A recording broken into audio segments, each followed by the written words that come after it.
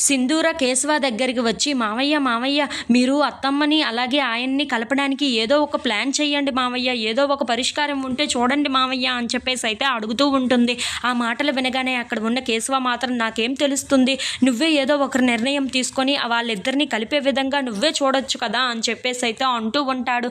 ఆ మాటలు వినగానే అక్కడ ఉన్న సింధూర అయితే, "మీరేమీ చెప్పలేరా? సరే అయితే నేనే ఏదో ఒకటి చూసుకుంటానులెండి. వాళ్ళిద్దరిని ఎలాగైనా సరే కలిపే విధంగా నేను తేలుస్తాను. ఏదో ఒక ప్లాన్ గీస్తాను" అని చెప్పేసైతే అంటూ అలా ఆలోచిస్తూ ఉంటుంది. ఇంతలో ఉదయాన్నే చంచలమ్మ బజారుకి వెళ్ళి చంటి కోసమని చెప్పి బట్టలు తీసుకొని వస్తూ ఉంటుంది. అది చూడగానే అక్కడ ఉన్న సింధూర, కేశవ వాళ్ళు అయితే ఒక్కసారిగా షాక్ అయిపోతూ ఉంటారు. ఇంతలో అక్కడ ఉన్న చంచలమ్మ సింధూర దగ్గరికి వెళ్తూ ఉంటుంది. అది చూడగానే అక్కడ ఉన్న సింధూర మాత్రం, "ఏంటిది అత్తమ్మ" అని చెప్పేసైతే అడుగుతూ ఉంటుంది. ఆ మాటలు వినగానే అక్కడ ఉన్న చంచలమ్మ, "ఇవి చంటి కోసం బట్టలు తీసుకొని వచ్చాను. ఇవి వేసుకుంటే వాడు నాకు చూడాలని అనిపిస్తుంది.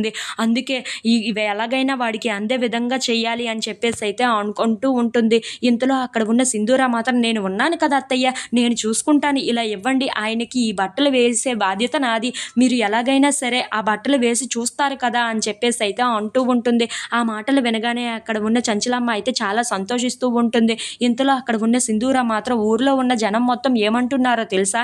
ఈ ఇంటికి వారసుడు వచ్చాడు కదా, మరి పప్పన్నం అటువంటివి ఏమీ పెట్టడం లేదు. అలాంటివి పెడితే తినాలని అనుకుంటున్నారు అందరూ" అని చెప్పేసైతే అంటూ ఉంటుంది. ఆ మాటలు వినగానే అక్కడ ఉన్న చంచలమ్మ అయితే ఒక్కసారిగా షాక్ అయిపోతూ ఉంటుంది. ఇంతలో అక్కడ ఉన్న చంచలమ్మ, "సరే 10 మందికి భోజనం పెడితే అది మంచిదే కదా, పెడదాం" అని చెప్పేసైతే అంటూ ఉంటుంది. ఆ మాటలు వినగానే అక్కడ ఉన్న సింధూర, కేశవ వాళ్ళు అయితే చాలా సంతోషిస్తూ ఉంటారు. ఇంతలో చంచలమ్మ ఇచ్చిన బట్టలను తీసుకొని చంటికి ఇస్తూ ఉంటుంది. అది చూడగానే అక్కడ ఉన్న చంటి అయితే ఒక్కసారిగా షాక్ అయిపోతూ ఉంటాడు. "ఏంటిది?" అని చెప్పేసైతే అడుగుతూ ఉంటాడు. ఇంతలో అక్కడ ఉన్న సింధూర మాత్రం, "మీకోసం కొత్త బట్టలు తీసుకొని వచ్చాను. ఇది తీసేయండి" అని చెప్పేసైతే చంటి బట్టలని తీసేస్తూ ఉంటుంది.